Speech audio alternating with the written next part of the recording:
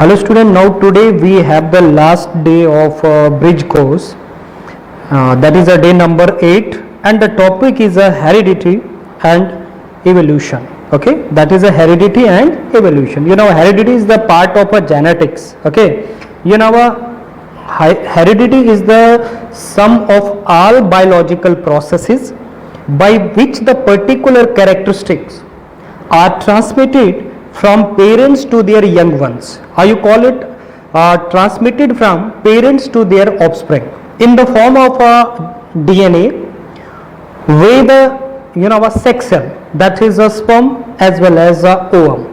So you can say heredity is the process through which the parents' character get transmitted to their offspring, to their young ones, to their next generation. Okay, and student, next topic, that is evolution. You know how you can define the evolution?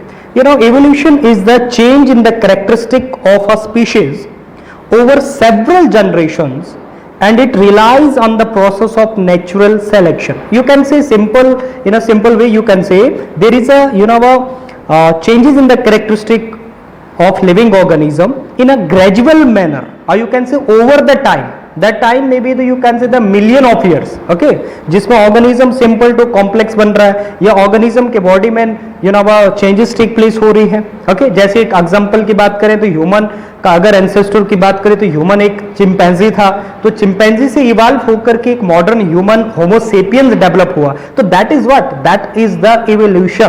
तो एक gradual timing, एक gradual time के साथ एक million of years ago के बाद एक organism के कैरेक्टरिस्टिक में चेंजेस होकर के मॉडिफाई होना.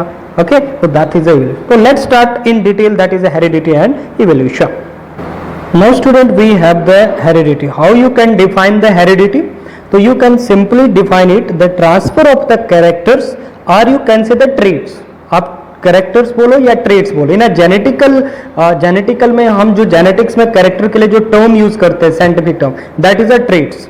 तो you can say transfer of the traits from the parents to their offspring is called heredity. Okay, अब हेरिडिटी में इन केस अगर हम बात करेंगे कि जैसे रिप्रोडक्शन होता है सेक्सुअल, तो उसमें दो पेरेंट इन्वॉल्व हैं और दो पेरेंट के सेक्सुअल इन्वॉल्व हैं और दोनों पेरेंट डिफर हैं, तो जिसके कारण जो उनके ऑफस्प्रिंग होते हैं वो अपने पेरेंट्स से बिल्कुल कार्बन कॉपी नहीं होते, क्योंकि देखो फादर अलग लाइनेज से आ रहा है, मदर अलग लाइनेज से आ रहा है.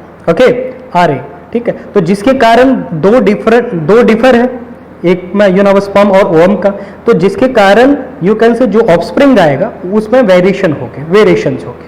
ओके, बट अगर एसेक्सुअल रिप्रोडक्शन होता है तो उसमें सिंगल पेरेंट इन्वॉल्व होता है, तो जो सिंगल पेरेंट्स के बॉडी में जेनेटिक मटेरियल वो सेम उसके ऑफस्प्रिंग में होगा. इसलिए एसेक्सुअल रिप्रोडक्शन में 100% यू कैन से कार्बन कॉपी डेवलप हो जाती है, लेकिन सेक्सुअल रिप्रोडक्शन में ऐसे नहीं होता. तो सेक्सुअल रिप्रोडक्शन में वेरिएशन डेवलप होता है. तो वेरिएशन का मतलब ये है the difference between the characters, और you can say the traits among the individual of the same species are called the variation. Example जैसे ह्यूमन, तो पेरेंट्स, हम अपने पेरेंट्स के डिट्टो कॉपी नहीं होते.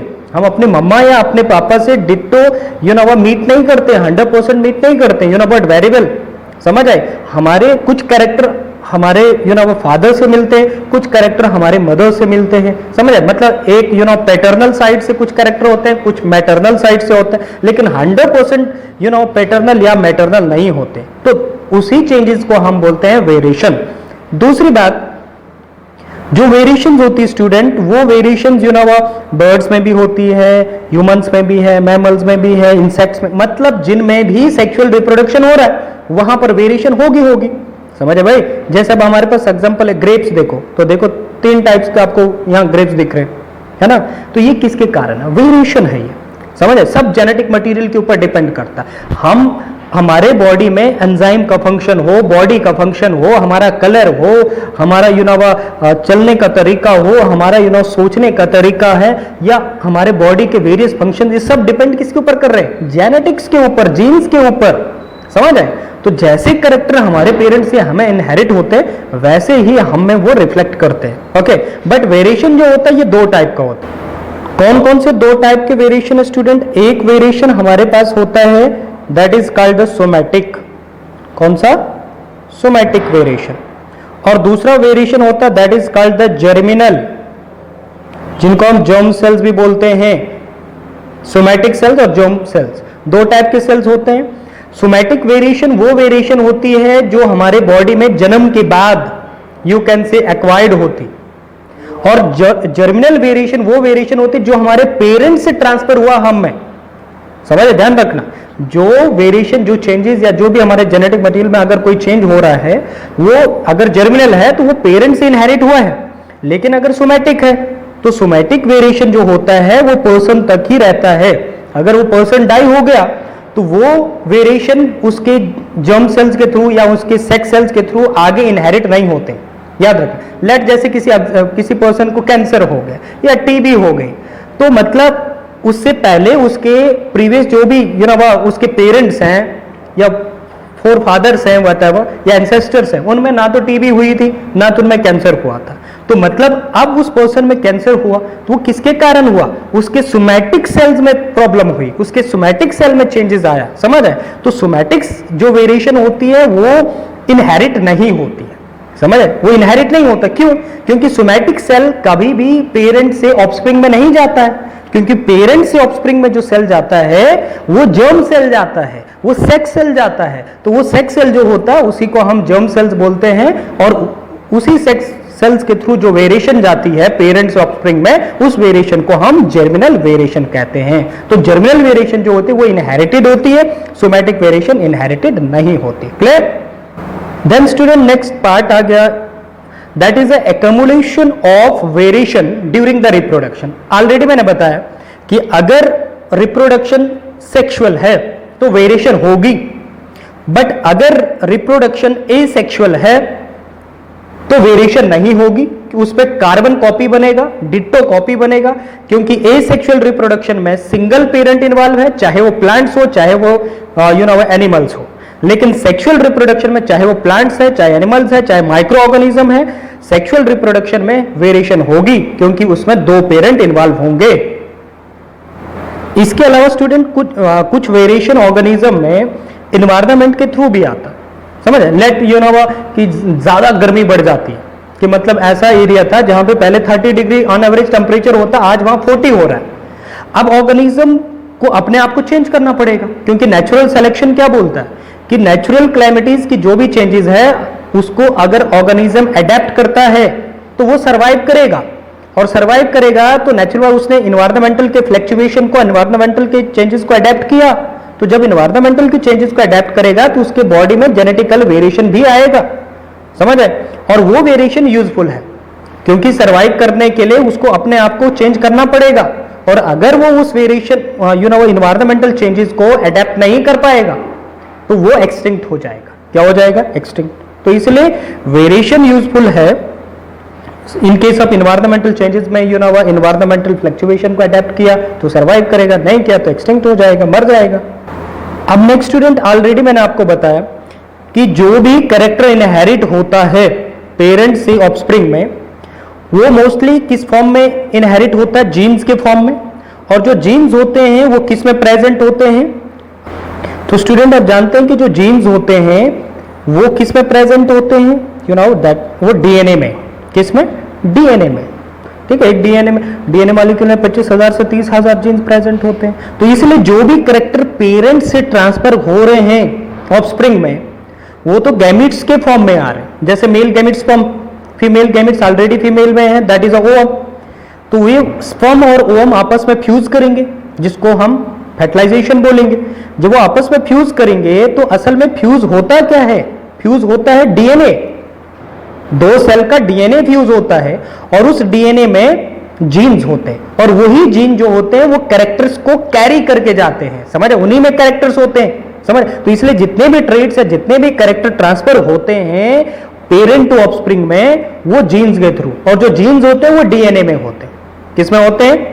डीएनए में। But very well. और डीएनए में ये जो जीन्स होते हैं किस फॉर्म में होते हैं? मतलब जीन जो होते हैं वो क्रोमोसोम में, और क्रोमोसोम जो होते हैं वो डीएनए में। तो बट वेरी वेल। अब जैसे कि ह्यूमन में कितने क्रोमोसोम होते हैं आप सभी जानते हैं, 46। तो इसलिए ऑलरेडी आपको बताया the character are transferred through the genes present in the DNA molecule in the chromosome present in the nucleus of cell. एक सेल में देयर आर द क्रोमोसोम्स हैं।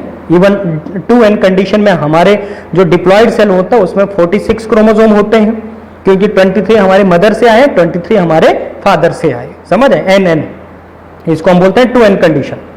लेकिन जब गैमिट बनेगा, जब फर्दर जो ऑर्गेनिज्म रिप्रोडक्शन के काबिल होगा, तो वो फर्दर उसमें क्या होगा, या तो स्पर्मेटोजेनेसिस होगा मेल में जिसमें स्पर्म डेवलप होगा, फीमेल में क्या होगा, oogenesis जिसमें ओवम बनेगा। तो उस केसेस में मियोसिस होती है। मियोसिस बोले तो रिडक्शनल डिवीजन, जो 2n वाला जो सेल होता है ये रिड्यूस होकर के n में चला जाएगा। n बोले तो 23 क्रोमोसोम है। क्यों? क्योंकि दोबारा से मेल गैमिट ने फीमेल गैमिट के साथ जब वो फ्यूजन करेगा तो दोबारा से क्या बनाएगा, 2n कंडीशन 46 वाला, समझे भाई। बट यहां पे क्या है कि गैमिट बनाने के लिए मियोसिस होती है। मियोसिस बोले तो रिडक्शनल डिवीजन, मतलब जो डिप्लॉयड सेल है उसको रिड्यूस होना पड़ेगा हैप्लॉयड सेल में, एन सेल में, समझ आए, तभी वो फ्यूज करके दोबारा डिप्लॉयड बनाए, समझे। तो और इसलिए याद रखना है जितने भी कैरेक्टर ट्रांसफर होते हैं पेरेंट्स से बच्चों में, वो जीन्स के फॉर्म में, और जो जीन्स होते हैं वो डीएनए मॉलिक्यूल में प्रेजेंट होते हैं, क्रोमोसोम डीएनए मॉलिक्यूल में प्रेजेंट होते हैं और डीएनए के क्रोमोसोम के फॉर्म में। और टोटल जो क्रोमोसोम होते हैं ह्यूमन बॉडी में वो 46 है, और गैमिट्स में जो होगा वो 23 होते हैं, क्योंकि दो गैमिट आपस में फ्यूज करके दोबारा 46 बनाते हैं, मेल और फीमेल, समझ आई। इसलिए आपको बताएगा the inheritance of the character is due to the fact that both the father and the mother contributes equal amount of genetic material to the child. 23 mother से क्रोमोसोम आएंगे, 23 फादर से।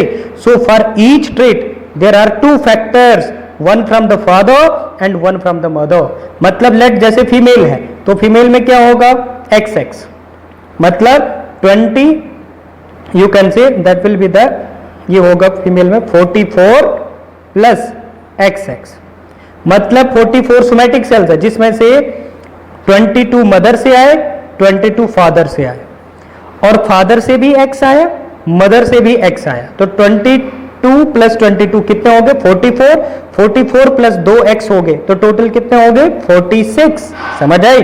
और अगर ये कंडीशन होता कि 44 प्लस XY तो mail होगा, तो मतलब उस केसेस में फादर से क्या आया, 22 सोमैटिक सेल्स आए, तो सोमैटिक क्रोमोसोम आए, प्लस फादर से Y आया, समझ है। मदर से क्या आया, 22 सोमैटिक क्रोमोसोम आए, प्लस फीमेल में हमेशा X होता है तो X आया। तो देखो 22 प्लस Y, एक Y तो हो गए 23, और फीमेल से क्या है 22 प्लस X तो हो गए 23, 23 क्या हो गए 46। तो मतलब अगर 44 प्लस XY हुआ तो मेल होगा, लेकिन 44 प्लस XX है तो फीमेल होगी। अब आप बोलोगे सर 44 क्या बोल रहे हैं, 44 सोमैटिक सेल्स होते हैं, सोमैटिक क्रोमोसोम होते हैं। फर्स्ट क्रोमोसोम से लेकर के जो हमारा 22 क्रोमोसोम होता है वो है कौन से, उनको हम बोलते हैं सोमैटिक क्रोमोसोम। और जो लास्ट क्रोमोसोम होता है 23rd, उसको बोलते हैं सेक्स क्रोमोसोम। वो फीमेल से हमेशा X के फॉर्म में आएंगे और मेल में मतलब 2 टाइप के फॉर्म में आ सकते हैं, X के भी आ सकते हैं, Y के भी। और अगर मेल के स्पर्म से, अगर मेल के स्पर्म में 22 प्लस X है तो वो फीमेल के साथ जब फ्यूज करेगा तो आगे फीमेल चाइल्ड होगा, समझ है। लेकिन अगर मेल से 22 प्लस Y आया तो वो ओवम के साथ फ्यूज करेगा तो आगे यू कैन से मेल होगा, समझे। अब दूसरी बात ये याद रखना कि जो जेनेटिक्स है, जेनेटिक्स का फादर कौन है, Gregor John Mendel. He conducted experiment with garden pea plant and determined the rule for the inheritance of traits. ठीक है, तो उन्होंने देखा गार्डन पी में, जब गार्डन पी था, राजमा थी, या बहुत सारे पल्सेस के ऊपर उन्होंने जब एक्सपेरिमेंट किया तो उनको सबसे पहले एक्चुअली ग्रेगर जॉन मेंडल एक पादरी था, एक चर्च का पादरी था। उसके दिमाग में आता था क्वेश्चन कि ऐसा क्यों होता है कि जो एक वो पेड़ है उसी के जैसे सेम दूसरा पेड़ डेवलप हो जाता है, या वो एक जैसे पी प्लांट है, उसी पी प्लांट का दूसरा same to same ditto develop होता है, ऐसा क्यों होता है। तो उन्होंने एक्सपेरिमेंट करना स्टार्ट करा, तो उन्होंने बताया, फिर तब जाकर पता चला कि इसके पीछे जीन्स है, इसके पीछे जेनेटिक्स है, इसके पीछे क्रोमोसोम है, समझ है। तो उन्होंने बहुत सारे एक्सपेरिमेंट किए गार्डन पी के ऊपर, जैसे मोनो हाइब्रिड क्रॉस किया, डाई हाइब्रिड क्रॉस किया। मोनो हाइब्रिड में एक कैरेक्टर लिया, उसको आपस में क्रॉस करके एक हाइब्रिड डेवलप किया, और उन्होंने देखा F1 देखा, F2 देखा। सबसे पहले जैसे ग्रेगर जॉन मेंडल ने एक कैरेक्टर लिया, मतलब 2 प्रकार के पेड़ उसके सामने थे, एक टॉल प्लांट, टॉल हाइट वाला पी प्लांट था और एक डवार्फ हाइट वाला पी प्लांट था, ठीक है। उनको उन्होंने आपस में क्रॉस किया, तो उन्होंने ये देखना चाहते थे कि भाई अगर हम एक वेरिएशन वाले प्लांट्स को आपस में क्रॉस करते हैं तो उसका F1 क्या होगा, उसका फिलाइल 1 जनरेशन क्या होगा, फर्स्ट जनरेशन कैसा होगा, टॉल होगा, ड्वार्फ होगा, या कौन सा जीन अपना डोमिनेंसी शो करेगा, कौन नहीं करेगा। तो उन्होंने क्या किया, टॉल टी पी प्लांट, तो Mendel selected pea plant having one pair of character, a tall pea plant, and the next one is a short pea plant. He selected pure tall, उसको रिप्रेजेंट किया capital T, क्योंकि देखो हमेशा याद रखना जब भी गैमेट्स होंगे वो हमेशा 2n कंडीशन में होंगे, कोई भी, चाहे वो कलर है, साइज है, हाइट है, इंपॉर्ट का शेप है, कोई भी हमेशा 2n कंडीशन में होगा। जैसे हमने 2t क्यों लिए, 3 क्यों नहीं लिए, 4 क्यों नहीं लिए, 2 का मतलब है 2n, एक टी मदर से आया, एक टी फादर से आया, तो मतलब दोनों मदर और फादर साइड से जो टी आए, मेल या फीमेल प्लांट से जो टी आए हैं उनके जनरेशन में आगे, वो दोनों कैपिटल आए, तो वो जनरेशन क्या बन गया, टॉल, इसलिए हमने प्योर टॉल कैपिटल टी। और दूसरा जनरेशन क्या है, स्मॉल टी, मतलब वो डवार्फ है, उसकी हाइट कम है। और फर्दर उन्होंने क्रॉस करवाया, देखो एक्सपेरिमेंटली क्रॉस किया, इसको देख लीजिए आप, ठीक है। यहाँ पे नहीं दिया आपको, यहीं बताता हूँ मैं बताता हूँ आपको। लेट देखो कैपिटल टी, एक पेरेंट मेल या फीमेल, दूसरा पेरेंट क्या है, स्मॉल टी, ठीक है भाई। अब ये जब क्रॉस होंगे तो हमेशा मैंने आपको बताया ये कैपिटल टी क्या है, 2n मतलब डिप्लॉय, स्मॉल टी एन क्या है, 2n मतलब डिप्लॉय। और जब भी फ्यूजन होगा गैमेट्स का तो कैसे गैमेट होंगे, हैप्लॉइड, तो मतलब यहां जब मियोसिस होगा ना, तो मियोसिस रिड्यूस होकर के क्या होगा, 2 टी अलग अलग हो जाएंगे, तो हम दोनों टी क्या होंगे, दोनों कैपिटल होंगे, तो हम एक की बात करेंगे, मतलब n आ गया ना, n, और यहां से भी मियोसिस होगा तो यहां से भी क्या होगा, n।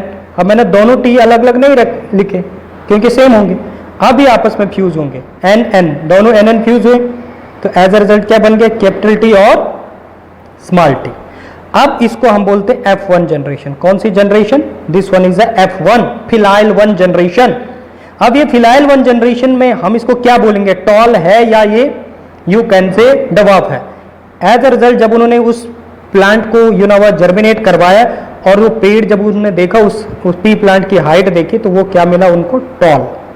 क्यों मिला टॉल, तब उन्होंने यहां पे एक लॉ डेवलप किया कि अगर डोमिनेंट जो जीन्स है वो जब रिसेसिव जीन के साथ क्रॉस करेंगे तो हमेशा जो उनका जनरेशन होगा F1 में वो टॉल होगा। क्यों, क्योंकि जो कैपिटल जीन होगा वो अपनी डोमिनेंसी शो करता है रिसेसिव के ऊपर वो अपना डोमिनेंसी शो करेगा, समझ आए। तो इसलिए उन्होंने जब टॉल प्लांट को क्रॉस किया डवार्फ के साथ, एज वन F1 जो मिला वो टॉल ही मिला।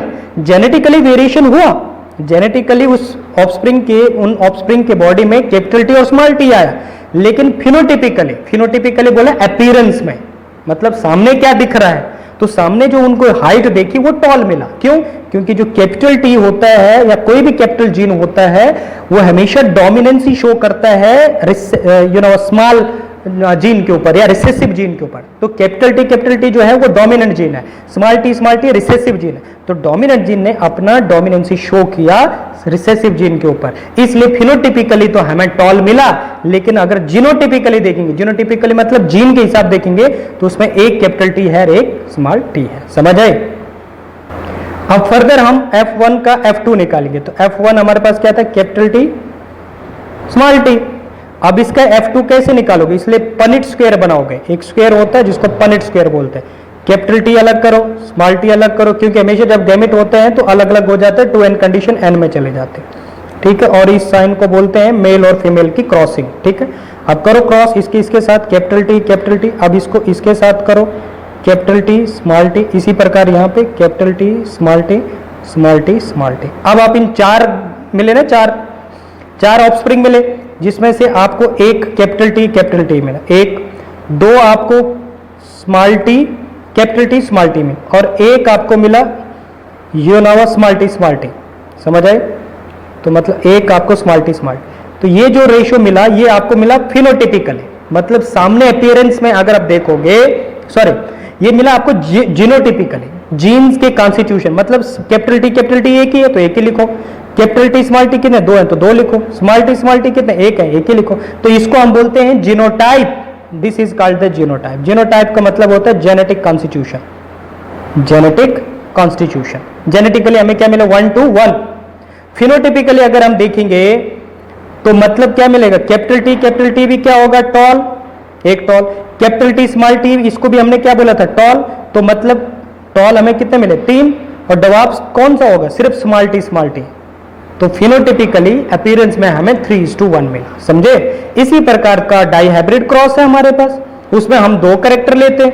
डाईहाइब्रिड में हम 2 कैरेक्टर लेंगे। देखो जैसे हम क्या करेंगे, डाईहाइब्रिड क्रॉस में 2 कैरेक्टर लेंगे, मतलब 2 कैरेक्टर, जैसे मैंने लिया एक पी का शेप राउंड, तो जिसको मैं बोलूंगा राउंड आर।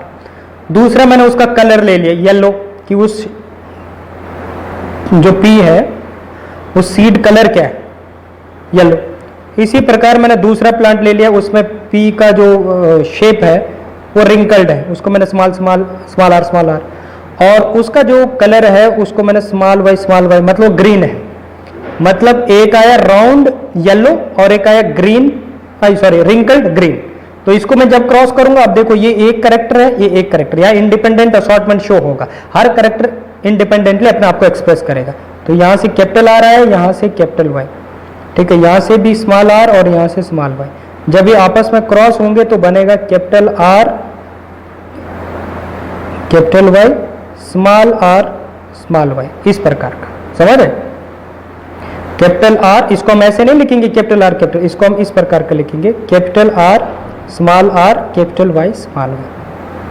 अब देखो स्मॉल आर के ऊपर एक डोमिनेंट जीन है कैपिटल आर, तो इसको हम उसी का कलर देंगे, उसी का शेप देंगे राउंड। कैपिटल वाई के ऊपर क्या, स्मॉल वाई के ऊपर कैपिटल वाई है, तो इसको हम कैपिटल वाई वाला ही करेक्टर देंगे, तो that will be the yellow. तो मतलब F1 हमें राउंड येलो मिला। लेकिन जब हमने F2 निकाला, तो F2 जब निकाला तो उसमें इंडिपेंडेंट असॉर्टमेंट मिला। ऐसे देखो एग्जांपल, जैसे हमारे कैपिटल आर है और दूसरे उसके साथ स्मॉल वाई है, तो ये कैपिटल आर कभी भी स्मॉल वाई के ऊपर डोमिनेंसी शो नहीं कर सकता, क्योंकि कैपिटल आर जो है वो स्मॉल आर के ऊपर डोमिनेंसी शो कर सकता है, ना कि वाई के ऊपर, क्योंकि वाई अलग कैरेक्टर है और आर अलग कैरेक्टर है। तो इसको बोलते हैं इंडिपेंडेंट असॉर्टमेंट, अपने कैरेक्टर को इंडिपेंडेंटली एक्सप्रेस करना। तो देखो यहाँ पे when plants having 2 pairs of character, जैसे shape and colour of the seed, जिसको हम डाई मतलब 2, जिसमें 2 कैरेक्टर को आपस में क्रॉस करेंगे। ऑलरेडी मैंने बोला कैपिटल आर कैपिटल वाई, जो क्या है राउंड येलो सीड, दूसरा रिंकल्ड, इसको क्रॉस किया तो देखो फर्स्ट वन हमारे पास ये देखो सामने मिल गया। जब हमने इसको क्रॉस किया तो पहला क्या मिला, capital R small R capital Y, तो इसको हमने क्या बोला, राउंड येलो ही। फिर हमने इसका F2 निकाला, F2 निकालने के लिए गैमेट्स निकालने पड़ते हैं, 4 टाइप के गैमेट्स बनेंगे, capital R capital Y, capital R small Y, small R capital Y, small R small Y. तो जब हमने इसको क्रॉस किया तो एज अ रिजल्ट में हमारे पास कितने आगे ऑफस्प्रिंग बन गए, 16, क्योंकि इसको इसके साथ एक, फिर इसकी बारी, ये इसके तो इस प्रकार के 4 गैमेट 4 into 4 करोगे तो 16, जिसमें से हमें जो मिलेंगे फिनोटिपिकली 9:3:3:1। राउंड येलो 9 मिलेंगे, राउंड हमें जो ग्रीन होंगे वो 3 होंगे, और रिंकल्ड येलो जो होंगे वो 3 होंगे, और रिंकल्ड जो ग्रीन होंगे वो 1 मिलेंगे। समझ है। अब देखो यही चीज आपको यहाँ बताया कि sex determination in human beings, already मैंने बताया कैसे हम ह्यूमन बींग में सेक्स डिटर्मिनेशन करते हैं। तो हमेशा एन फॉर्म में 23 पेयर क्रोमोसोम मदर से आते हैं, 23 फादर से आते हैं।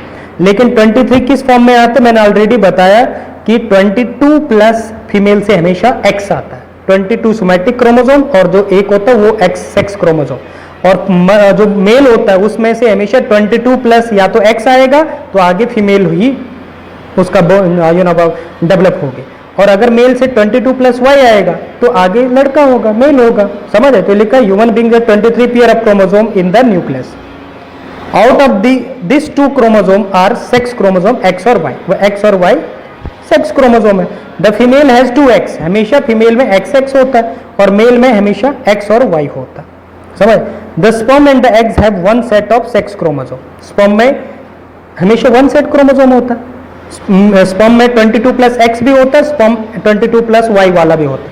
अब मेल पे ही डिपेंड करता है कि कौन सा सेक्स का जो चाइल्ड है वो जन्म लेगा, मतलब कौन सा वो डेवलप होगा, कौन सा जाइगोट डेवलप करेगा, मेल वाला फीमेल वाला, वो सब मेल के ऊपर डिपेंड।